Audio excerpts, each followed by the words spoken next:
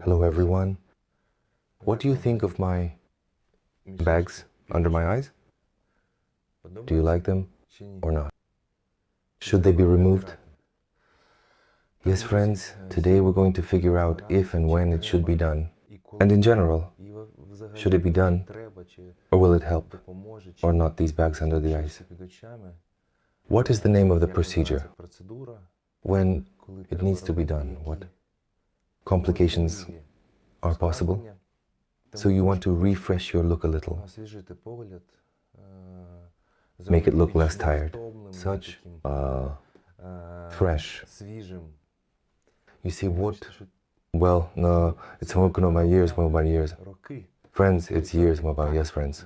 If you are interested, the topic of blepharoplasty, or how to make your gaze look fresher, younger, and well-rested, of course.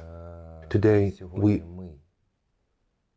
let's start figuring it out, because I've been thinking about blepharoplasty, how to go about getting it done.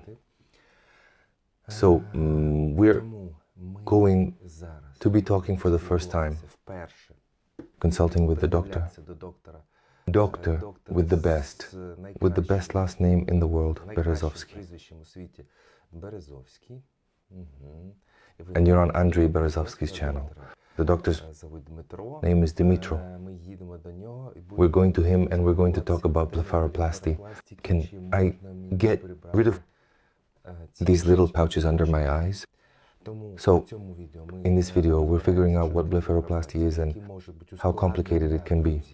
Friends, is the procedure simple or complicated? And if this topic interests you, we might even go ahead and do this cosmetic procedure or surgery even.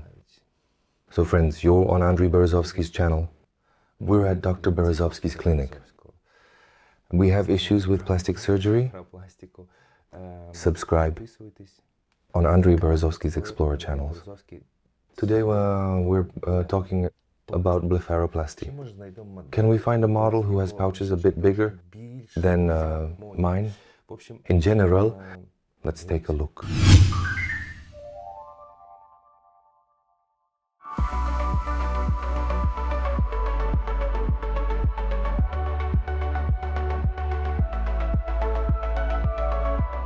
Blepharoplasty is everything related to the eyelids, either the upper eyelids or the lower eyelids. And here we can remove excess skin, take away the bags, and restore the shape of the eyes or slightly change it. We also work with the entire orbital area, and if we have deficiencies in the fat bags, we can fill them in. First, it's the excess skin. My most frequent and favorite patients are those who have a lot of excess skin. We just pick them up and always have a great result right after. Here are also people who have large bags under their eyes. If it's not some provoking health issue, meaning there's no problem, or with the kidneys or the thyroid gland. No, if it's just anatomically age-related, then we remove it, make changes, and achieve a great result. And people with noses with a more pronounced tear groove, for example, that is such skeletonization around the eyes, we also correct this by filling in fat. This is upper blepharoplasty because it is the most commonly performed. This is the procedure that is the easiest to transition to. It has the easiest recovery, it's a quick surgery, and after this surgery the patient goes home right away, and on the 5th day the stitches are removed and they already look more or less normal. So this is upper blepharoplasty. But in general we perform upper blepharoplasty, lower blepharoplasty, and circular blepharoplasty as a whole. And there are also subspecies, like transconjunctival blepharoplasty. This is when we don't need to remove excess skin, but we simply remove the excess hernias from the lower or upper eyelids and fill them with lipofilling, like the hollows under the eyes, for example. If it's just upper blepharoplasty or lower transconjunctival, it can take about 20 minutes. If it's circular blepharoplasty, it takes me about an hour to perform. But with the preparation for the surgery, meaning the patient before the surgery, after the surgery, what we also do is apply compression bandages. This can take about an hour and a half in the operating room with all the preparations.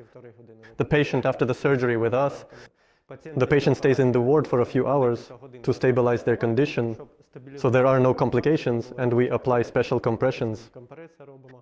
And after that we send them home. Blepharoplasty differs in that, look, if there is excess skin, then we perform classic blepharoplasty, meaning we make incisions to lift the tissues. If we don't have excess skin, then we use the transconjunctival method. Usually these are young girls with good skin tone, but they have bags under their eyes and hollows in the tear trough. And what age?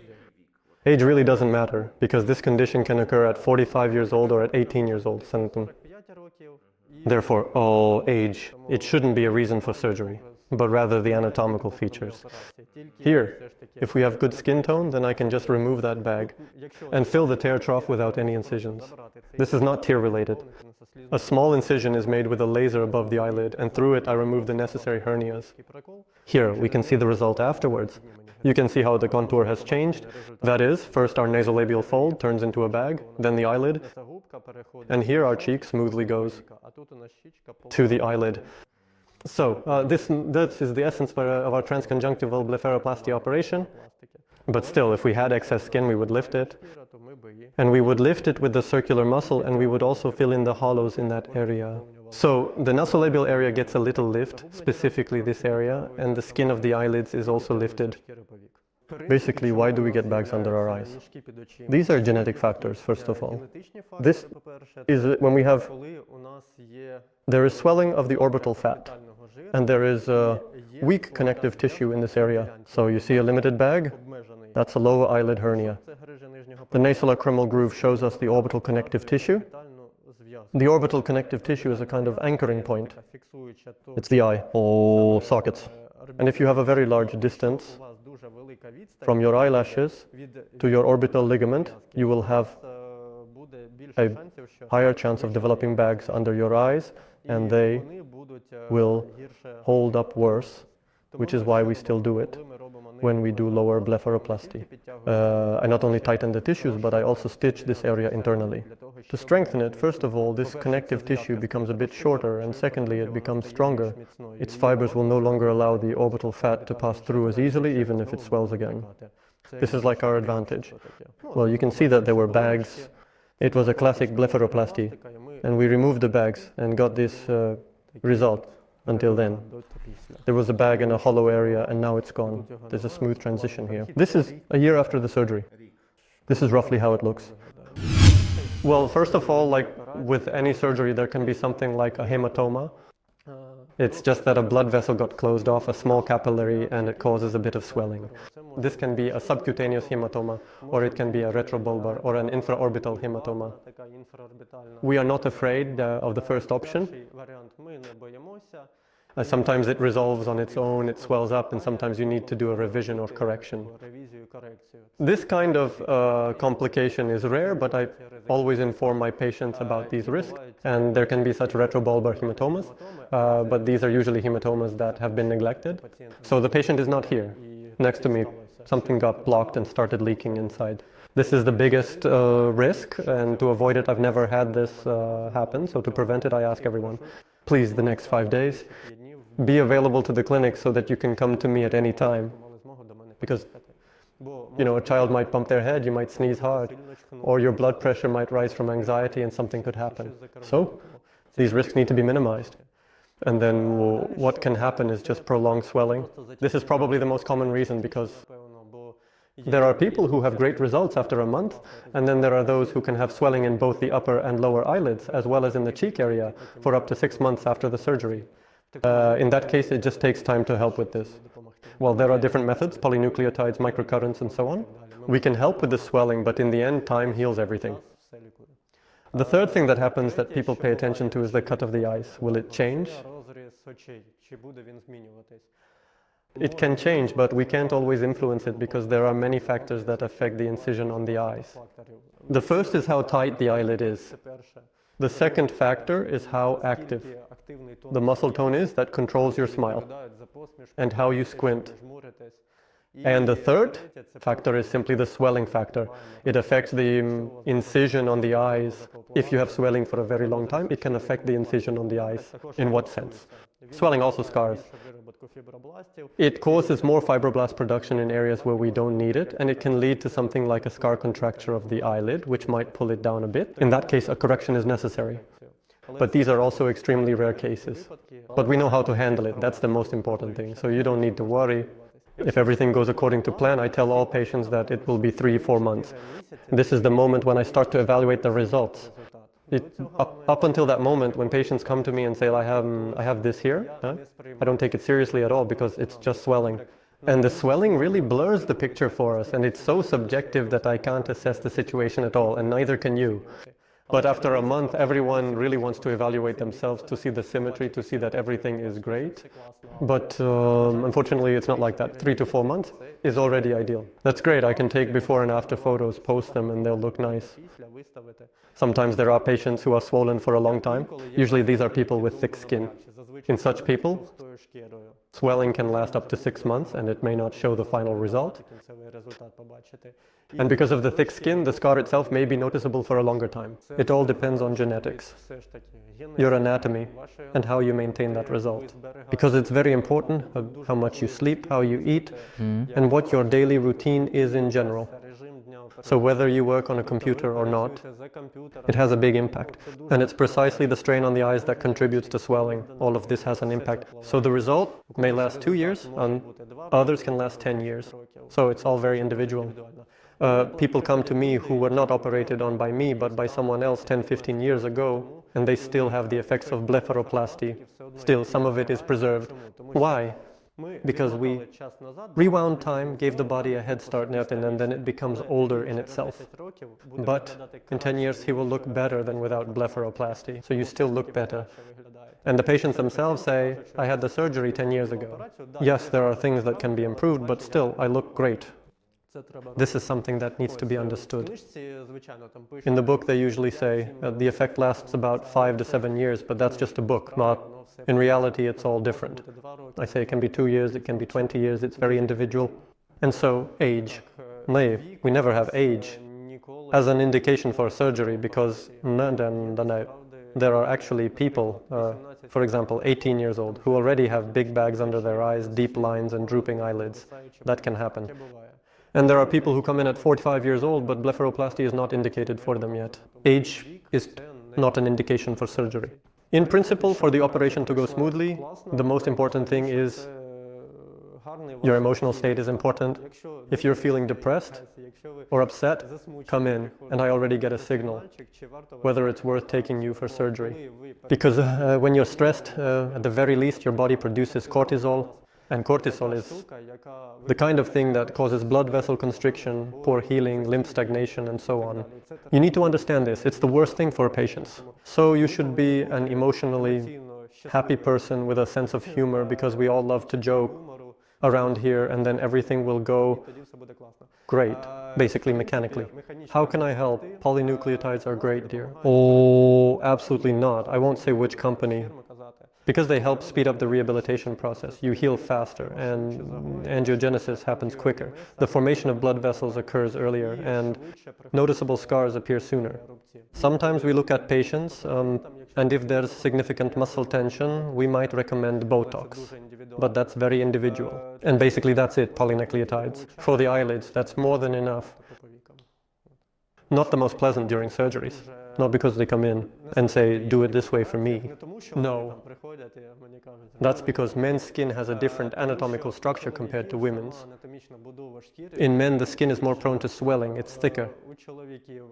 Men have larger blood vessels in the tissues, and because of that SND, there may also be a higher chance of hematomas, bleeding, chemistote, or even just bruises after surgery. So the swelling itself generally takes longer to go down in the rehabilitation process, if girls heal more or less normally. For 2-3 months, it can take longer for men. And the stitches are noticeable for longer, and the swelling lasts longer, especially in the cheek area. And what could that be? After the surgery, basically, how did you do the surgery? For example, we did it under anesthesia. It's a circular blepharoplasty. We had you lie down for a few hours after the surgery, holding compression bandages over your eyes. Then we put cold compresses on you. Then we bring you something delicious to eat, something delicious to drink, and we can send you home. In some cases, if a person still comes to us, or if a person feels unwell there, we leave them for a day, do an examination in the morning, and send them home. Next, we see each other on the 5th day, provided everything is great. On the 5th day, we remove the stitches, take off the bandages, and put on some thin adhesive strips to protect the area more. 5? Then you can remove those thin adhesive strips by yourself. Over the next 10 to 14 days, most people, probably 90% of people, experience significant swelling and bruising. If you had some obvious pain right after the surgery, it could even go as far as the moon. This also needs to be taken into account, because if you work somewhere and work with people, you need to keep in mind that there may be a bruise. But even after 2 weeks, it can be somehow disguised, cosmetically. Then the swelling gradually goes down over the course of 2-3 months, and that's when you can see the great results. There are people, if you have thin skin, you can look great in just a month, but I prepare everyone for it to take 2 to 3, 4 months. Is blepharoplasty necessary here? 2, 3, 4 months. Is blepharoplasty necessary here? Well, basically, if you look at it, it doesn't really ask for anything. My hands aren't itching to do something here. It's fine because the eyelids look good. There are definitely no droopy upper eyelids, so I wouldn't do upper blepharoplasty, that's for sure. Regarding lower blepharoplasty, let's see. Basically, what do we notice first? You can see the nasolacrimal groove, right? This is the circle. This circle can always be improved. You can just do some lipofilling, and it will already look pretty good. And let's look up, just with our eyes. No. Keep your head straight. And when we look up, we can see that there's a little hernia popping out here, see? In that case, let's smile. Excess skin, there's nothing here. Some small wrinkles are considered normal, it's great, let them be. This is a lively face, and I still believe that a man should have a few wrinkles. I think so. I like it. You see how thick the skin is. This thick skin, it will swell for a long time. I wouldn't really want to do blepharoplasty classic from the trough with incisions, because the swelling will last a long time here. So if I were to do something here, I would work on the bags and hollows. That's what I would do. I would do transconjunctival blepharoplasty, remove the bags without any cuts, and fill in the nasolacrimal groove through a small incision on the cheek. And that would give us the smoothing of this facial contour. And we would look well rested. Not tired and happy. It's important. That's it, right? They will be free. So there's nothing to cut here. Without cuts, transconjunctival laser blepharoplasty. Sometimes we can also offer to sand the tissues of this area to make it a little smoother, shorten the skin. But I also wouldn't do that because I think it would most likely provoke more swelling in this area and make healing harder. Don't touch it, don't do any resurfacing. This is my opinion. Maybe the doctor's is different. They might say it differently. And we'll see what happens next. Friends, we are at the clinic, Dr. Berezovskyi, Andriy Berezovskyi. Hey, keep watching.